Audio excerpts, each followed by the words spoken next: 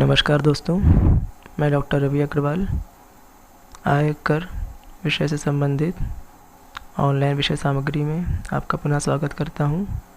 मकान संपत्ति से आय शीर्षक में कर योग्य आय की गणना करने से संबंधित मेरे इस चतुर्थ वीडियो में this is my fourth video related to income from house property और यह अंतिम वीडियो है इस अध्याय का। इसमें हम आपका स्वागत करते हैं। इस वीडियो में हम स्वयं के रहने के प्रयोग से संबंधित मकान संपत्ति की कर योग्य आय की गणना समझेंगे और इसके अंत में इस शीर्षक से संबंधित कुछ अन्य महत्वपूर्ण बिंदुओं को और धाराओं को समझने का प्रयास करेंगे। सर्वप्रथम स्वयं के रहने के प्रयोग में मकान संपत्ति की कर योग्य आय की गणना कैसे की जाती है, इससे प्रारंभ करते हैं। यदि गत वर्ष में करदाता की एक मकान संपत्ति स्वयं के रहने के प्रयोग में आती है तो ऐसी मकान संपत्ति का वार्षिक मूल्य 0 माना जाता है। अतः स्वयं के रहने के प्रयोग में आने वाली मकान संपत्ति के संबंध में सकल वार्षिक मूल्य एवं वार्षिक मूल्य की गणना नहीं की जाती है, क्योंकि हमारा वार्षिक मूल्य सीधे सीधे 0 हो जाएगा, 0 हो जाएगा या नील हो जाएगा। स्वयं के रहने के प्रयोग में आने वाली मकान संपत्ति के लिए कुछ शर्तें पूरी करना आवश्यक है। उसमें पहली शर्त यह है कि मकान संपत्ति का प्रयोग करदाता के व्यापार या पेशे के प्रयोग में नहीं होना चाहिए। व्यापार या पेशे में प्रयोग होने वाली मकान संपत्तियों की गणना व्यापार एवं पेशे से आय या लाभ शीर्षक में की जाती है, मकान संपत्ति से शीर्षक में नहीं की जाती है। यदि करदाता के पास एक से अधिक मकान संपत्तियाँ हैं, गत वर्ष में करदाता एक से अधिक मकान संपत्तियों का स्वामी है, अर्थात 2 या 2 से अधिक मकान संपत्तियों का स्वामी है, और वह गत वर्ष में यह दावा करता है कि वह सभी मकान संपत्तियों को रहने के प्रयोग में स्वयं और स्वयं के परिवार के रहने के प्रयोग में ला रहा है, तो आयकर अधिनियम के अंतर्गत आय की गणना करते समय करदाता की स्वेच्छा से किसी एक मकान संपत्ति को ही स्वयं के रहने के प्रयोग में माना जा सकता है।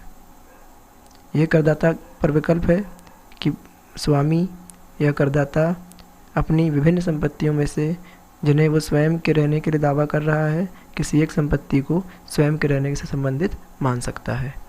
ऐसी मकान संपत्ति में वास्तविक किराया होता नहीं है, क्योंकि स्वयं के रहने के प्रयोग में आ रही है। अप्राप्त किराया और खाली रहने का प्रश्न ही नहीं उठता। संभावित किराया ही सकल वार्षिक मूल्य माना जाता है तथा किराए पर दी गई संपत्ति के नियमानुसार आय की गणना की जाती है।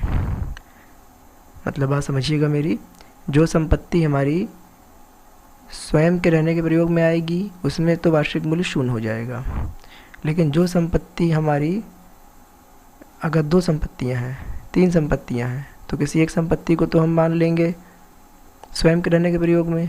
अब जो शेष संपत्तियां बचेंगी उनको माना जाएगा कि वो किराए पर दी गई हैं, उन्हें किराए पर दी गई मकान संपत्ति की तरह से गणना की जाएगी। ठीक है। सामान्यतः कर नियोजन के दृष्टिकोण से जिस मकान संपत्ति का संभावित किराया अधिक होता है उसे ही स्वयं के प्रयोग में मानेंगे और अन्य मकान संपत्तियों को किराए पर दी गए मकान माना जाता है। मेरी बात फिर समझ लीजिए एक बार। यदि करदाता के पास गत वर्ष में 2 या 2 से अधिक मकान संपत्तियां हैं और करदाता यह दावा करता है कि वह गत वर्ष 2018-19 में सभी दोनों संपत्तियों में रह रहा है, उसके दोनों संपत्ति रहने के काम में आ रही हैं, तो आयकर अधिनियम के अनुसार करदाता के पास यह विकल्प है कि वो उन दोनों संपत्तियों में से किसी एक संपत्ति को स्वयं के रहने के प्रयोग में मान ले। अब जो दूसरी संपत्ति बचेगी उसे किराए पर दिया गया माना जाएगा। वास्तव में वो किराए पर नहीं दी गई है, लेकिन आयकर अधिनियम के अनुसार उसको किराए पर दिया गया माना जाएगा। यह नियम गत वर्ष 2018-19 के लिए लागू है। ठीक है। अब करदाता के पास ये विकल्प होता है कि वो दोनों में से किस संपत्ति को माने किराए पर दिया गया और किस संपत्ति को माने स्वयं के रहने के प्रयोग में।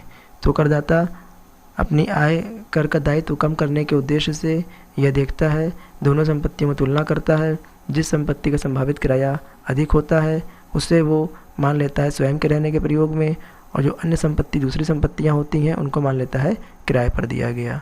इससे उसकी कर योग्य आय कुल कर योग्य आय कम आती है, तुलनात्मक रूप से उसकी कर भुगतान का दायित्व कम हो जाता है। करदाता द्वारा प्रत्येक कर निर्धारण वर्ष में मकान संपत्ति के प्रयोग में परिवर्तन किया जा सकता है। अर्थात उसका 2 संपत्तियां हैं तो वो एक वित्तीय वर्ष में, एक गत वर्ष में एक मकान संपत्ति को मान सकता है स्वयं के रहने के लिए, और अन्य वर्ष में दूसरे को मान सकता है स्वयं के रहने के प्रयोग में। करदाता द्वारा स्वयं के रहने के प्रयोग में लाई जाने वाली मकान संपत्ति गत वर्ष में किसी भी अवधि में किराए पर नहीं दी जानी चाहिए एवं इससे कोई अन्य लाभ भी प्राप्त नहीं किया जाना चाहिए। स्वयं रहे या खाली रहे, कोई भी व्यक्ति दूसरा नहीं रहेगा, किराए पर नहीं दी जानी चाहिए, तभी इसे हम सेल्फ ऑक्यूपाइड प्रॉपर्टी मानेंगे।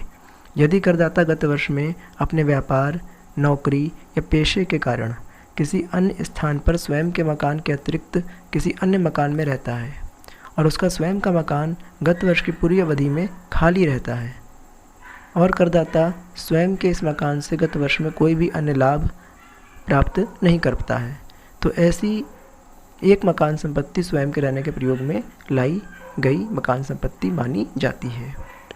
अर्थात कोई करदाता जहाँ पर उसका अपना मकान है वहाँ पर अपने व्यापार के कारण, अपने पेशे के कारण, अपनी नौकरी के कारण नहीं रह सकता। वो किसी दूसरे शहर में, किसी दूसरे स्थान में रह रहा है और जहाँ पे वो रह रहा है वो उसका अपना मकान नहीं है, वो किसी दूसरे के मकान में किराए पर या अपने नियोक्ता के किसी अन्य मकान में रह रहा है। और जो उसका वास्तविक मकान है, जिसका वो स्वामी है, जो दूसरे क्षेत्र में है, दूसरे शहर में है, वो खाली रहता है, लॉक रहता है, उसमें ना कोई किराएदार रहा, ना उसका कोई मित्र रहा, ना कोई रिश्तेदार रहा और उससे कोई लाभ प्राप्त नहीं हुआ स्वामी को। तो उस दशा में ऐसी संपत्ति को स्वयं के रहने के प्रयोग में माना जा सकता है, लेकिन शर्त यही है सिर्फ एक संपत्ति को ही स्वयं के रहने के प्रयोग में मानेंगे। यदि करदाता ऐसा कहता है कि उसके पास 2 या 2 से अधिक ऐसी संपत्तियां हैं जो खाली पड़ी रहीं, किराए पर नहीं दी गईं और स्वयं के रहने के प्रयोग में रखी गई थीं, तो उनमें से किसी एक को ही स्वयं के रहने के प्रयोग में माना जाएगा, अन्य संपत्तियों को किराए पर दिया गया माना जाएगा गत वर्ष 2018-19 के लिए। यदि मकान गत वर्ष में कुछ अवधि में स्वयं के प्रयोग में आता है और कुछ अवधि के लिए किराए पर दिया गया है, 3 माह आप रहे, 9 महीने आपने किराए पर दे दिया, 6 महीने आप स्वयं रहे, 6 महीने आपने किराए पर दे दिया, 10 महीने आप स्वयं रहे, 2 महीने आपने किराए पर दे दिया। ऐसी कोई भी स्थिति है जहाँ पर मकान को संपूर्ण वर्ष के लिए किराए पर दिया गया माना जाएगा। मतलब ऐसा मकान जिसमें करदाता ने किसी भी अवधि के लिए, गत वर्ष में किसी भी अवधि के लिए उसको किराए पर दे दिया है, तो उस मकान की गणना किराए पर दिए गए मकान के नियमों के आधार पर की जाएगी। इसको स्वयं के रहने का प्रयोग नहीं मानेंगे, भले ही 11 माह वो स्वयं रहे और 1 महीना किराए पर दे, तो भी उस मकान संपत्ति की गणना किराए पर दिए गए मकान के नियमों के तहत ही की जाएगी, जो मैंने अपने पिछले वीडियो में नियम बताए थे।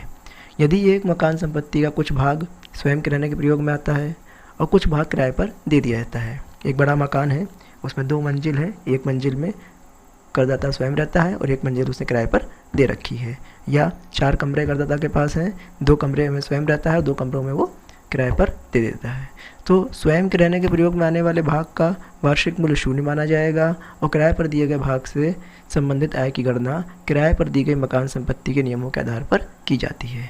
अनुपातिक आधार पर गणना की जाएगी, जितने पार्ट को सेल्फ ऑक्यूपाइड किया जाएगा मकान के, उतने पार्ट को वार्षिक मूल्य 0 मान लेंगे और जिस भाग को, जिस क्षेत्रफल को किराए पर दिया जाएगा उस भाग की गणना किराए पर दिए गए मकान संपत्ति के नियमों के आधार पर की जाएगी।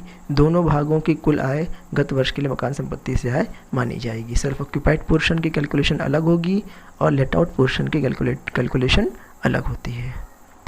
स्वयं के रहने के मकान संपत्ति के संबंध में प्राप्त होने वाली कटौतियाँ। अब हम समझेंगे डिडक्शंस अंडर सेक्शन 24 जो कि सेल्फ ऑक्यूपाइड हाउस से रिलेटेड होती हैं। ऐसी मकान संपत्ति जो आयकर अधिनियम के अनुसार, जो मैंने नियम अभी बताए और जो पूर्व में बताए, उन नियमों के अनुसार स्वयं के रहने के प्रयोग में आती हैं या स्वयं के रहने के प्रयोग में मानी गई हैं, का वार्षिक मूल्य हमेशा 0 होता है, नील होता है। वार्षिक मूल्य 0 होने के कारण ऐसी मकान संपत्ति पर मानक कटौती प्राप्त नहीं होती है, क्योंकि मानक कटौती सदैव वार्षिक मूल्य का निकाली जाती है 30%। जब वार्षिक मूल्य ही नहीं है तो मानक कटौती भी समाप्त हो गई। अब धारा 24B के अंतर्गत केवल ऋण पर ब्याज की कटौती ही प्राप्त होती है। अब स्वयं के रहने के संबंध में ऋण पर ब्याज की कटौती कैसे प्रदान की जाएगी, कैसे गणना की जाएगी, उसकी सीमा क्या होगी, उसकी शर्तें क्या होंगी, इसका हम अध्ययन करेंगे। यदि करदाता द्वारा मकान संपत्ति के क्रय, निर्माण, मरम्मत, नवीनीकरण या पुनर्निर्माण के उद्देश्य से कोई ऋण लिया गया है, यही शर्त पहले भी थी, यही शर्त अब फिर आ गई, तो किराए पर दी गई मकान संपत्ति की भांति ही स्वयं के रहने के मकान के लिए भी इस ऋण से संबंधित निर्माणाधीन अवधि का ब्याज तथा गत वर्ष का ब्याज कटौती योग्य होता है। जिस प्रकार से किराए पर दिए गए मकान में था कि ऋण पर ब्याज, इंटरेस्ट ऑन बोरोड कैपिटल हम अलाउ करते हैं, स्वीकृत करते हैं for construction period, for pre construction period और फॉर प्रीवियस ईयर, उसी प्रकार से यहाँ पर भी होगा। निर्माणाधीन अवधि का ब्याज और गत वर्ष का ब्याज कटौती योग्य होता है। निर्माणाधीन अवधि से संबंधित ऋण पर ब्याज की गणना बिल्कुल जिस तरह से मैंने अपने पिछले वीडियो में बताया था आपको, किराए पर दी गई मकान संपत्ति संबंधित नियम बताए थे, बिल्कुल उन्हीं नियमों के अनुसार गणना करेंगे। सर्वप्रथम निर्माणाधीन अवधि की राशि निकालेंगे, निर्माणाधीन अवधि की गणना करेंगे और उसको 5 समान वर्षों में कटौती प्रदान करेंगे। पुनः मैं आपको सभी नियम बताना नहीं चाहता हूँ, आप मेरा पिछला वीडियो समझ लीजिएगा और उसमें आपको समझ में आ जाएगा। सारे नियम वैसे ही रहेंगे जो किराए पर दिए गए मकान से संबंधित संपत्ति में होते हैं। गत वर्ष से संबंधित ऋण पर ब्याज की गणना भी वैसे ही करते हैं। यदि मकान संपत्ति से संबंधित उद्देश्य के लिए, उद्देश्य हमारे वही हैं, क्रय, निर्माण, पुनर्निर्माण, नवीनीकरण या मरम्मत, तो इन उद्देश्यों से अगर ऋण लिया गया था और गत वर्ष में कोई राशि अदत्त है, बकाया है, ऋण का भुगतान नहीं किया गया है, तो गत वर्ष में जो भी ब्याज बनेगा उसकी कटौती दे दी जाएगी, चाहे भुगतान किया जाए वास्तव में और चाहे ना किया जाए। ये भी नियम बिल्कुल वही है जैसा किराए पर दी गई मकान संपत्ति के संबंध में था, तो कोई नई बात नहीं है, हमको केवल एक बार नियम समझ लेने हैं। वही नियम ऋण पर ब्याज से संबंधित हमारे किराए पर दी गई मकान संपत्ति पर लागू होंगे और वही नियम हमारे स्वयं के रहने की मकान संपत्ति से संबंध में लागू होंगे। कुछ अन्य महत्वपूर्ण बिंदु हैं यहाँ पर समझने जरूरी हैं कि करदाता द्वारा स्वयं के रहने के मकान से संबंधित संपत्ति के लिए ऋण 1 अप्रैल 1999 या उसके पश्चात लिया जाना चाहिए। वास्तव में यह नियम दोनों ही प्रकार की संपत्तियों पर लागू होता है, चाहे किराए पर दी गई हो और चाहे स्वयं के रहने के संबंध में हो। जो भी ऋण पर ब्याज कटौती हम देते हैं उसके लिए आवश्यक यह है कि मकान के लिए जो ऋण लिया गया हो वो 1 अप्रैल 1999 को लिया गया हो या उसके बाद की किसी तिथि को लिया गया हो। अब नेक्स्ट पॉइंट जो है ज़्यादा इंपॉर्टेंट है, समझने वाली बात यह है कि करदाता ने मकान संपत्ति क्रय या निर्माण हेतु ऋण लिया है, वह मकान का क्रय एवं मकान का क्रय या निर्माण ऋण लेने की तिथि से, ऋण लेने वाले वित्तीय वर्ष से 5 वर्ष के अंदर पूरा हो जाना चाहिए। ऐसा ना हो कि मकान के लिए ऋण ले लिया और 10 साल तक मकान बन ही नहीं पाया, तैयारी नहीं हो पाया, खरीद ही नहीं पाए, मरम्मत ही नहीं करा पाए, ऐसा नहीं होना चाहिए। जिस वित्तीय वर्ष में ऋण लिया गया है उस वित्तीय वर्ष की समाप्ति से 5 वर्ष के अंदर मकान को प्राप्त कर लेना चाहिए, निर्माण कार्य पूरा करा लेना चाहिए। यदि ये शर्त पूरी हुई है तो गत वर्ष में ऋण पर ब्याज की कटौती अधिकतम 2 लाख रुपए तक प्राप्त होती है। बहुत इंपॉर्टेंट बात यहाँ पर यह है कि स्वयं के रहने के मकान के संबंध में यदि ऋण लेने का उद्देश्य मकान को खरीदना या निर्माण कराना है तो उस ऋण पर ब्याज की कटौती 2 लाख रुपए की होगी, 2 लाख से अधिक का कटौती नहीं मिलेगी।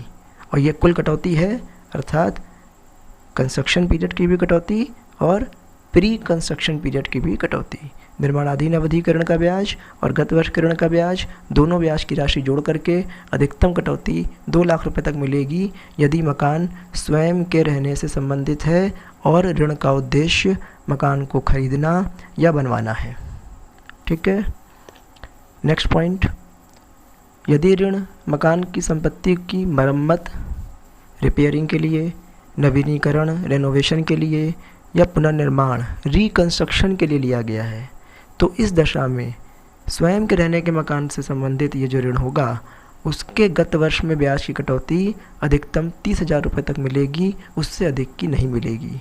फिर मेरी बात समझ लीजिए, ऋण लेने का उद्देश्य यहाँ पर 2 भागों में बांट दिया गया है, फॉर परचेज एंड कंस्ट्रक्शन ब्याज की कटौती की राशि 2 लाख रुपए तक है।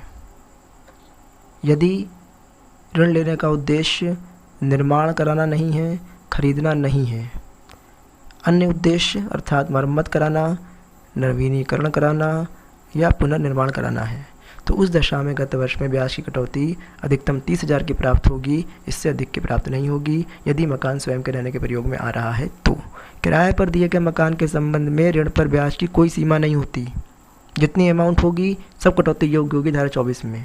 लेकिन स्वयं के रहने के मकान के संबंध में धारा 24B में कटौती की सीमा, ऋण पर ब्याज की कटौती की सीमा निर्धारित है 2 लाख रुपए या 30,000 रुपये। ऋण लेने का उद्देश्य भी देखा जाएगा। यदि मरम्मत, नवीनीकरण और पुनर्निर्माण है तो अधिकतम 30,000 रुपये, खरीदना और बनवाना है तो 2 लाख रुपये। यदि ऋण पर ब्याज की कटौती से संबंधित अन्य नियम, बाकी जितने भी नियम हमारे हैं वो सारे नियम हमारे किराए पर दी गई मकान संपत्ति से ही संबंधित होंगे, अन्य नियमों में अंतर नहीं है। इस प्रकार हमने आपको स्वयं के रहने के मकान के संबंध में ऋण पर ब्याज की कटौती से संबंधित मुख्य बातें बता दी। अब एक स्नैपशॉट में ये समझ सकते हैं कि income from house property from self occupied house property कैसे निकालेंगे। गत वर्ष 18-19 के लिए अगर हम देखें तो सबसे पहले नेट एनुअल वैल्यू ये शून्य हो जाएगी, नील हो जाएगी। धारा 24 के अंतर्गत कटौती देंगे, केवल एक कटौती मिलेगी इंटरेस्ट ऑन लोन की। उसमें सीमा हम देखते रहेंगे 2 लाख रुपए या 30,000 रुपये, से अधिक नहीं हो सकती, जैसे भी कंडीशन हो।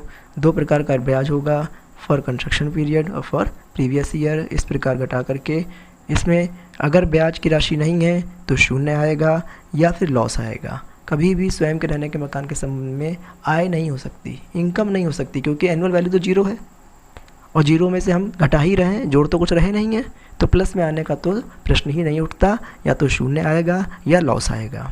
ठीक है, अब हम मकान संपत्ति से आय शीर्षक में कुछ अन्य विशेष बातें समझेंगे। 2-3 धाराएं और हैं, उनको और समझना है, वो महत्वपूर्ण भी हैं और जानना भी जरूरी है आप लोगों के लिए। अप्राप्त किराए एवं बकाया किराए की वसूली या प्राप्ति।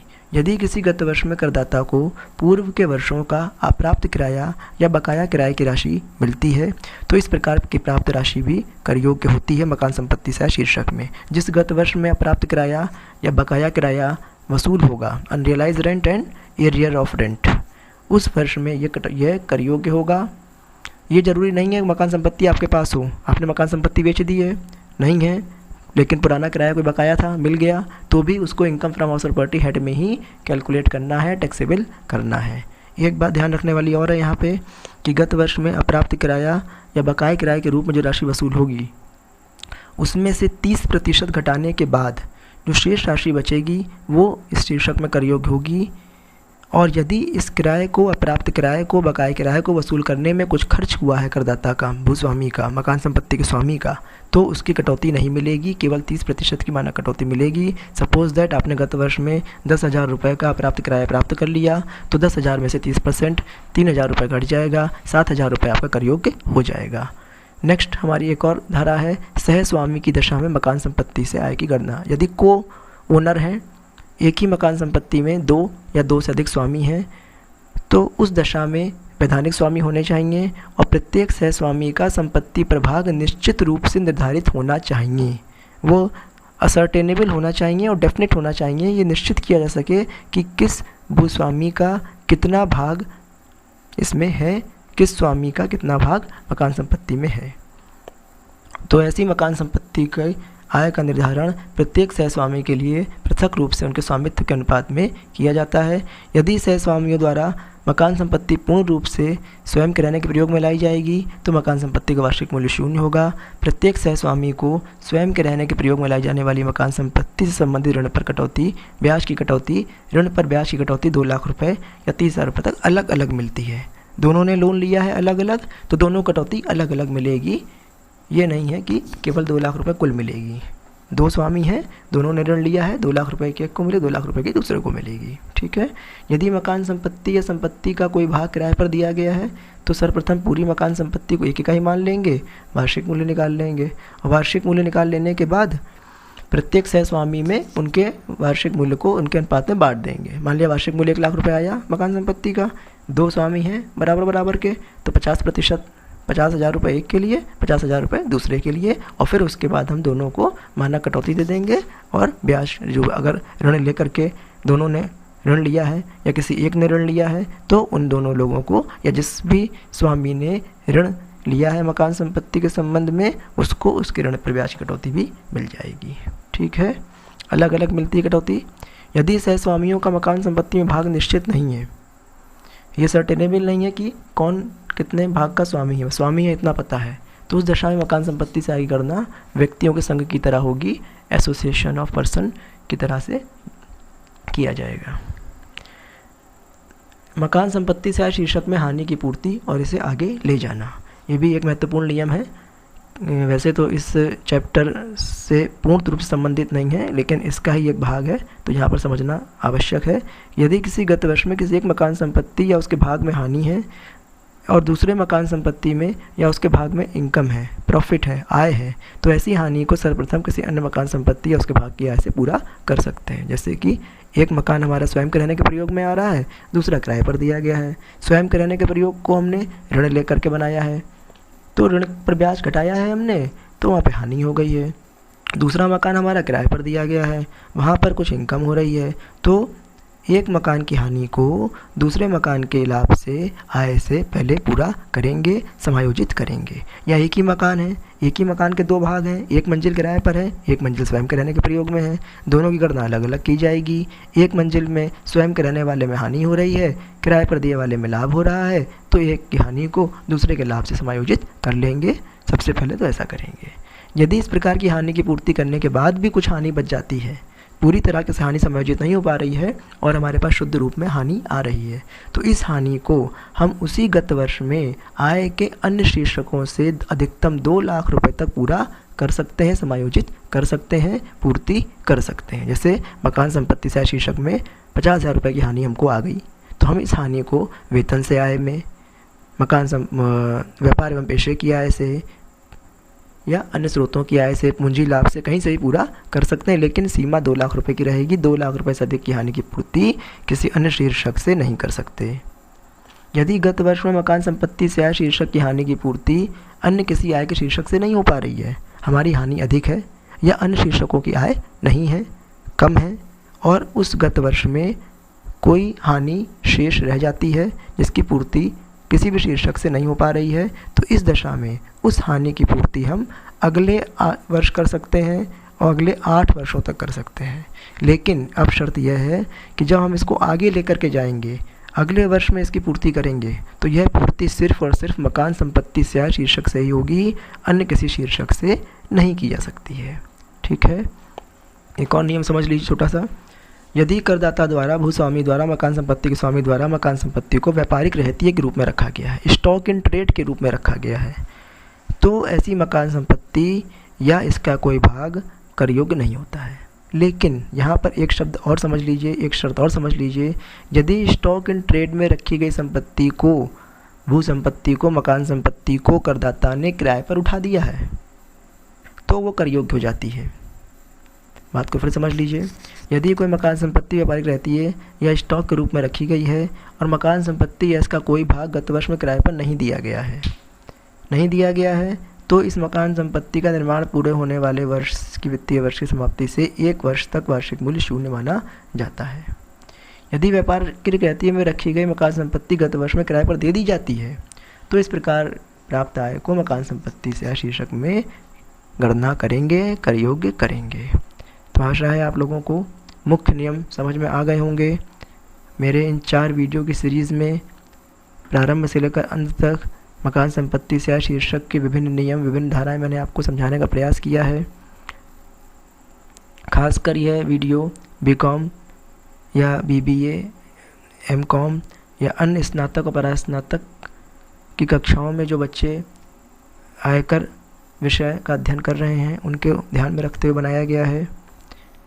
अन्य सभी साथीगण भी इसको देखकर लाभ प्राप्त कर सकते हैं।